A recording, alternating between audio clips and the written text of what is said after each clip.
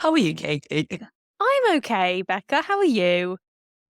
I'm not bad. I'm not bad, thank you. Are you feeling Um, better? I am feeling a little bit better. Um, yeah, apologies to the listeners that I'm going to have a husky voice for this episode. Maybe the next episode, because I think we're going to do this as a two-part episode. So you might have my husky Phoebe from Friends voice for the next two episodes. They've not been very well. Oh, Although I Becca. think it's not too bad now. I think you'll probably think it sounds worse than what it does. I feel like it's gone from the point of sounding like absolute swamp monster to maybe a bit sexy husky. No, Yeah, like I think you can make it work. I smell like carrot. I sound all right. That was a good impression. Was it? Oh, good. To be honest, though, I have actually felt like a smelly cat for the last couple of weeks because I've been that ill. But we are here, feeling better, and please just persevere with my voice today, guys. I'm glad you're feeling better. Thanks. So yeah, we said it's going to be a two-part episode. Imagine if it's not a two-part episode now, and actually we just have everything we want to say in one episode. That never That'll happens, happen. but it would, wouldn't it? I've made quite a few notes of things to talk about. We are talking about shame today, aren't we, Becca? We are dun, dun, dun, the dreaded word shame. Quite a big topic. Yeah.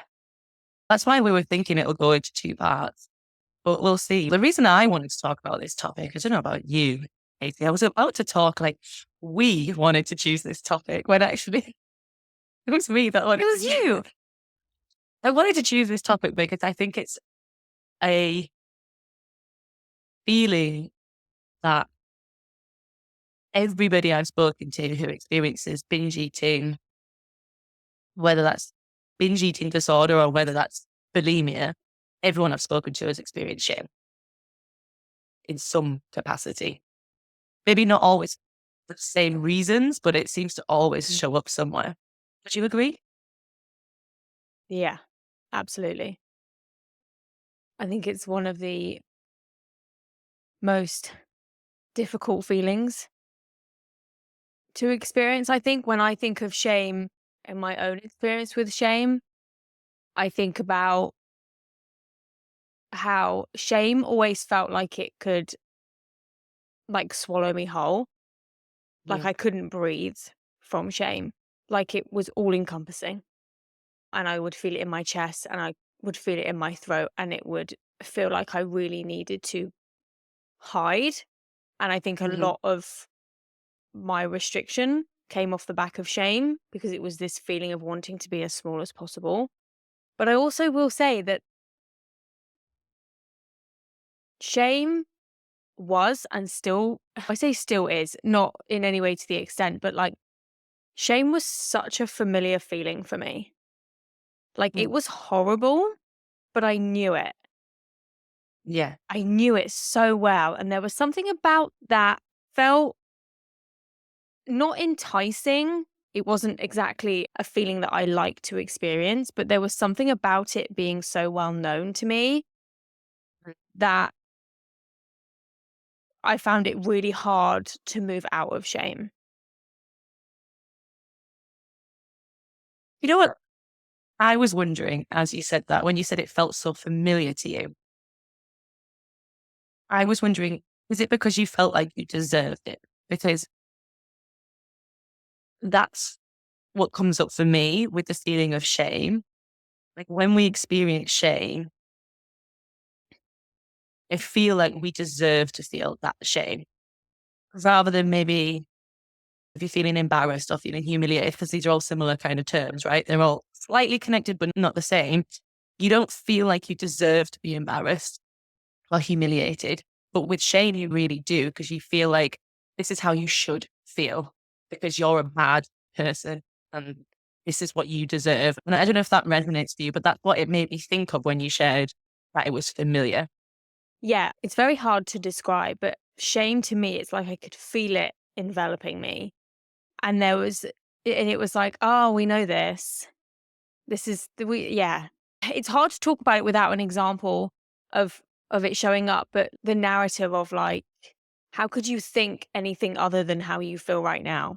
Like, how could you think that you were okay, or that you could have this, or that you could do this, or like, how silly of you to even think that. Like, you have to stay in this feeling, and you are silly to think otherwise.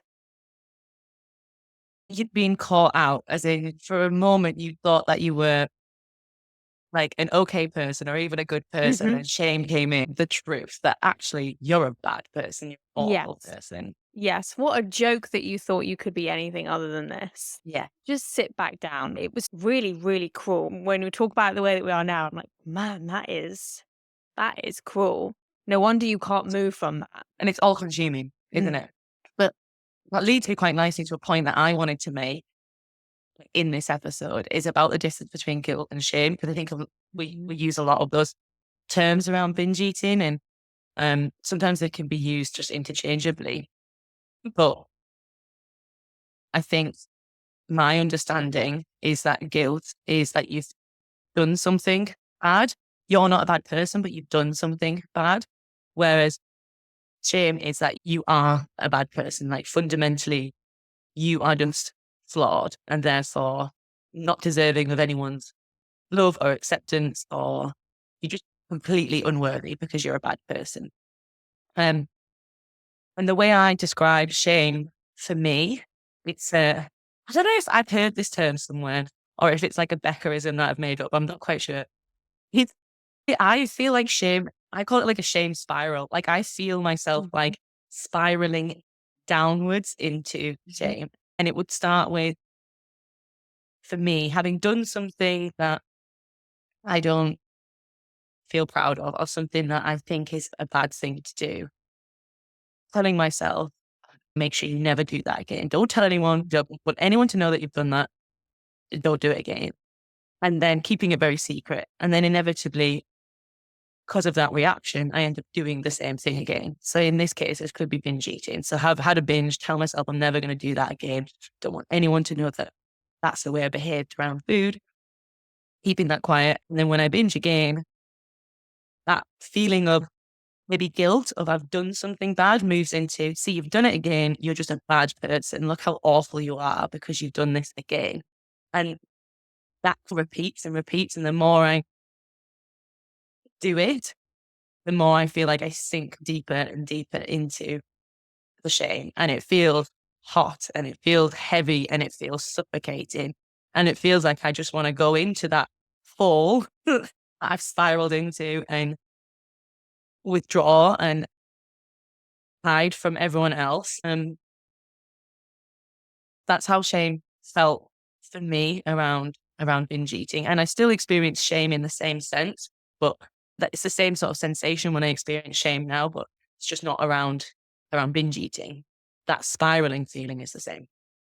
Did you experience the shame spirals around body image as well? So this is interesting because I was thinking for me in terms of where does where did shame show up for me when I was living with an eating disorder? And it did show up around body image. But I'd be really interested to hear if it showed up for you in the same way around body image. Because for me, it came up, how do I word this? In the sense of I felt like I shouldn't care about my body. I felt like I shouldn't be bothered about how I looked. And the fact that I did, I felt a lot of shame around because I felt that made me vain or it made me shallow or very superficial. And that's where I felt the shame around my body, to be honest. And that's something I really didn't want to be perceived as. I didn't want to be perceived as vain or shallow or superficial. And I didn't see myself as that. But the fact that I did care so much about my body made me feel like I must be really vain. Then if this is what is dominating my life, how I look, then I must be a very shallow person. And that's not true at all. But that's the narrative that I was telling myself. And I wonder now, like where that came from for me. I think that's really helpful when we talk about shame, is to think like, where is this, like, why am I feeling shame about this? What is the kind of message that I've maybe received that this is a bad thing? I think like the beauty standards that were pushed on women, right? We have to look a certain way. And I don't know about you, but I've always felt like you have to look a certain way, but it has to be effortless for you to look a certain way. You have to be slim, and you have to be pretty, and you have to be put together. You can't have to look like you've tried too hard to be slim or put together. But then we're also being bombarded with all these messages about these diets to follow and cosmetic surgery and beauty regimes that we should follow. So on the one hand, we're being told like, yes, do all this, but then don't tell anyone you're doing all this, and don't make it obvious that you're doing all this. You just have to just simply show like princess. Do you know what I mean? Yes. And I think that I found that hard because I was very aware that I was putting so much effort into looking a certain way. I felt like there was something wrong with me. And there was another element of that, which I know I'm going off on a tangent here. Another element of that, I think, tied into the sexual trauma that I experienced, because in focusing so much on how I looked, there was a big part of that was like, how attractive am I? How desirable am I? How sexy am I? And that felt wrong. Like I felt like a bad person, because if I have been like violated sexually in that way, why would I want to be attractive and sexy towards men? Why would I want to almost become hypersexualized rather than the opposite? Because there's so much messaging, isn't there? You often see the way that rape victims are portrayed in the media is that they shy away. They never want to show off their body. They never want to have sex again. And actually, in reality, that's not always the case for rape, like people who've been raped. So the fact that I almost did the opposite and made myself a sexual object and viewed my body in that way made me feel very deeply ashamed. There was something wrong with me for doing that. So that's how it showed up for me, with body image. So interesting. So I wanted to So you don't ask relate you at all? No, I do. No, I relate to the second part. First part is I was going to ask you, did you keep your body image issues, how you felt about your body, did you keep that to yourself then because of what you were worried people's perception of you would be if they knew that this is how you felt? I think the people closest to me knew. Mm. My partner knew. I don't know how he couldn't have known, because I was always like asking for that reassurance about how I looked and comparing myself to other people. And my friends did. But in a wider sense, generally, I tried to act quite carefree, like it didn't really bother me. Yeah, okay. So there's something that you keep hidden, which is a big Yeah. thing to hide, isn't it? Yeah. As I said, I really relate to the second piece that you're speaking about, how um, sort of mainstream media perhaps portrays the response to like sexual assault as wanting to not be seen and wanting to hide your body. And I always found I have conflicting parts, because there was absolutely a very large part of me that did not want to be seen. And that, like, I felt shame just existing in my body, just being. Mhm. And that, I think, manifested in restriction. That was my way of trying to keep myself small, trying to keep myself hidden.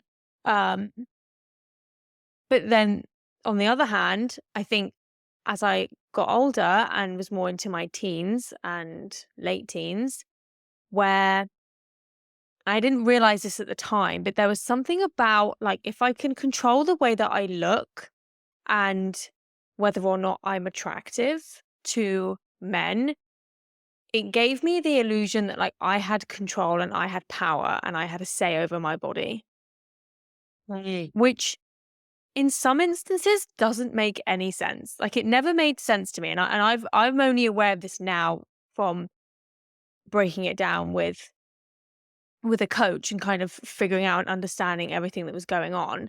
I wasn't aware of this at the time, but my body became a way for me to try and feel like I had some sort of power when that had been taken away from me. And again, I think it was this striving for something. I don't think there was ever like a getting to a point of it, but it was my way of trying to feel like this will not be taken away from me Mm. again. When I think, just to go back to shame in terms of body image, like I remember experiencing shame around my body at such a young age, like in primary school, which is what, like 8, 9 years old. Like I remember feeling embarrassed about my body then, like at that young age. I can remember comparing myself to my classmates and feeling like somehow I've done something wrong to end up in a body that's different. Looking back, I don't think my body was any different, but I saw it like that. And I think that was probably a response to trauma anyway. But that shame started at such a young age that I think that Mm. ties into why it feels so familiar to me because I just know it so well. But the shame was so isolating that I think it really alienated me from connecting with people, from socializing, from being around anyone. That just made the shame even stronger. That's what shame does, doesn't it? It disconnects you from people because it Yes. makes you feel like you're unworthy and you're Yeah. unlovable. Thank you, Beck. Yeah. And then you're alone in your thoughts in your own shame and you're just like buried in it. And I would say that I experienced my worst, we'll call them shame spirals, whether that's a Beckerism or someone has said that. Who knows? If it's actually a Um, real thing, tell us where I've heard tell that us. from. I experienced my worst shame spirals off the back of body image more than the binging. I Mm. would say they were still, don't get me wrong, the shame spiral was from binging, but I think they were rooted in the fact of, seriously, Katie, have you seen your body? What are you doing? You're making this worse. And again, like seeing my reflection and when my body would change, when it would fluctuate, when I would gain weight. And that, the shame was so deep in relation to my body and the way not even just the way that my body looked, but really when I think about it, like the way that it felt, I felt in my body when I was in recovery. One of the hardest things for me was just going to bed at night because I could feel the way that I would lie in bed. Like I could feel my legs felt different and like my stomach felt different. Everything was feeling different. How do you escape your own body? You can't. And I would have to wear like a long sleeve top and long trousers because I could not bear how different it felt in my body and the way that my skin felt. I was so aware that my body was changing and there was nothing I could do about it. I think if I wasn't lucky enough to have the support that I did, I think that would have kept me stuck. I think that would have always been a sticking point for me because moving out of shame can feel near impossible. Yeah. Interesting you said about how much shame you felt about your body changing, because that did actually make me think about how much focus there is on women's bodies and how women's bodies do tend to change more than men throughout lifetime. Like the changes we go through physically during puberty, more noticeable than men's, I would say. And we have the changes if a woman's pregnant and then gives birth, all those changes, and the changes through menopause as well. So there's so many changes that we go through. And yeah, I'm remembering the first time that I felt shame around my body was when I was very young. And it was around, I think I was like 10 years old, 11 years old. And it was around like the development of my breast or lack of development of my breasts in compared to other people. And it's just really made me think of that, you sharing that, and wondering how much is there around a woman's body just inherently in our culture being connected to sex and connected to shame. Yeah. Don't know. There's like, you've got me thinking. You're welcome. Don't really know what about. That's not, I haven't got to a coherent thought with that yet, but it's just, But it's true, it's true though, um, isn't it? We are objectified as women. And I think there's so many layers to that, isn't there? That could be a whole new episode in and of itself. we're objectified as women, but then if a woman owns her sexuality, then that's shameful. Yep. We can't actually get it right. So let's collectively stop trying. So let's talk about shame and how it shows up around food as well. Because you said it didn't show up for you as much around food. So it'll be interesting to see if our experiences are similar here or if they're different. The way it showed up for me was after a binge, I would feel really ashamed of myself for not being able to stop. I hated that about myself because it felt like I was completely out of control. And feeling out of control, I felt was a very shameful thing. And feeling like I couldn't stop myself around food made me feel like absolutely disgusted by myself. You said about a lot of your shame was coming off the back of not being able to stop a bit. I'm assuming you mean once you were eating. Do you mean what? Is that what you mean? Yeah, I mean, not being able to stop the binge from happening, not being able to stop once I'd started. Yeah. And then there was also just general kind of messaging that we've received that people who overeat are like greedy, they're gluttonous, they've got no discipline. All of that was coming in too. And they were all like identities that I was taking on for myself when I thought about my binging. I was like, this is who I am. I'm undisciplined. I'm really gluttonous. Yeah. If I think about shame in relation to binging, I would say for me that I knew that once I started to binge, I couldn't stop. That was something that was like, that was known to me. So the shame for me was from the starting in the first place. If I think back to it now, the shame around binging, it was this like, oh, here we go again voice. That was the narrative. You keep saying you're not going to do this, and yet you keep doing it. It left me feeling like I was pathetic.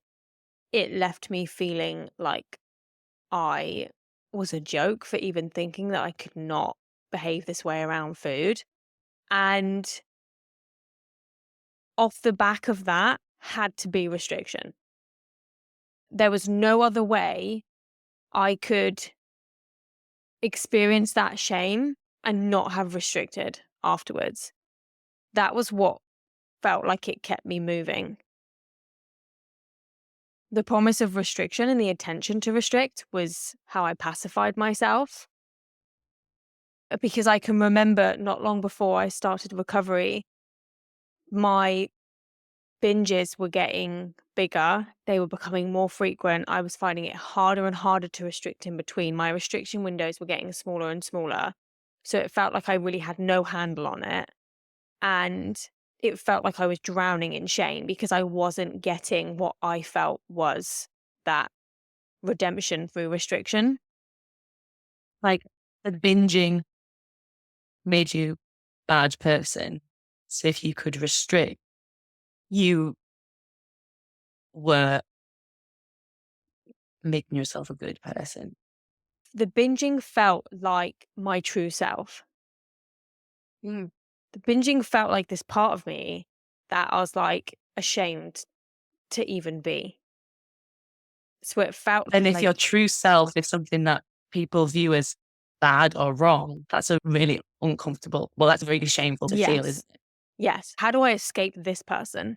How do I escape this version of me that felt that it was my responsibility to keep hidden and to keep pushed down and to keep a lid on and don't let anyone see this part? And I internalized all of this. Why couldn't I keep control around food? Why couldn't I keep a handle on myself? Why was I behaving this way? Why was I so greedy? And I could feel it in my chest and in my stomach. As I say, it felt like this is who I am. And when I'm restricting, it's me trying to escape having to be who I thought I was, which was this person who just had no control over anything and was this pathetic person who couldn't follow through, couldn't show up for myself, had nothing to offer. Yeah. Really quite horrible, actually, when I say it like that. Yeah. It it makes me think shame is so attached, isn't it, to how we think we should be, our expectations, external Yes. expectations from our culture, our society, like loved ones, like everywhere, all different kinds of expectations. I feel like shame comes from feeling like we should live up to those expectations, but we don't. Because in a lot of these situations that we've described there, that's what's going on. We feel we should be in a certain way that we're not, and we feel ashamed for it. I remember a big way that shame showed up for me was that I had created this identity around being the fit one, the healthy one. Like people would come to me for fitness advice and health advice, or they'd always be like, "Yeah, but you're so good. You're really good with food," or "How do you not eat this?" And I'd created this full identity, and that's the pressure of always this perfect person. Like it was this perfect person that had no flaws when it came to like health. And then I felt so much shame that everybody thinks this about me and expects this about me. But what they don't realize is that advice I've just given them to not eat XYZ foods, I've just gone home and binged on that like tonight. I probably will do tomorrow night and the next night. So I'm a fraud. I'm a fake. If they knew that about me, they would see through this perfect persona that I've created and they would see the real me. And then what? Because if I am just that healthy, fit one, who am I? Like, I don't have an identity anymore, do I? And that was pressure I put on myself and then also expectations that I had from other people because of that identity I'd created. I'd set that situation up to be, I've created this person that I am. And now you have that expectation of me and I can't live up to it. What do? Just try and hide it and suppress it. And that I think is a good link for why perfectionism and shame, they're so interconnected, aren't they? They are hand in hand, aren't they? Yeah, I hear you. The identity piece. And I think in recovery, so much of the work was pulling that apart and trying to even make sense of what came from where and what was mine and what wasn't mine, what I could work to let go of. It's so messy. That always sounds so oversimplistic, the way I just delivered that there. But it is. We receive so much information. Up until recovery, I spent the majority of my life living as a result of shoulds and having these expectations for myself based on what I thought I should be doing or what people thought I should be doing or how I should look and all of this. And we do, I think we attach to it. I definitely attached to it. I even attached to the fact that I had an eating disorder in my teens. And so I've spoken before about how I felt so much shame about going from someone who could restrict heavily to then someone who was binging and my body looked different and not being able to get back to this version of myself that could withhold food and do it in a way that at the time felt very effortless. And that was another layer of shame that I carried because I think my eating disorder, to some extent, became a part of my identity. Yeah. I think shame does very strongly connect to identity, but maybe we should go into that in the next episode. Yeah, I think that's a great idea, Dun, dun, Becca. dun. Dun, dun, dun. Also, no, I'm not going to apologize for getting heavy. I was about to Don't apologize for getting apologize. heavy. And actually, I think, no, because we're talking about shame, it is going to get heavy. I don't think you can talk about shame without being vulnerable. And I think that's I where agree. you have to go. What is that quote that I always forget when it comes to shame, about how shame dies when we talk about things? Yeah. What is Something like that? that. We'll find What's that. that I'll quote? tell you in the next episode. Because it's true. It's true. When we talk about these things, we lessen the shame. And when we hear other people talking about these things, we lessen the shame. So that's what we're doing. We're doing our part to lessen the shame.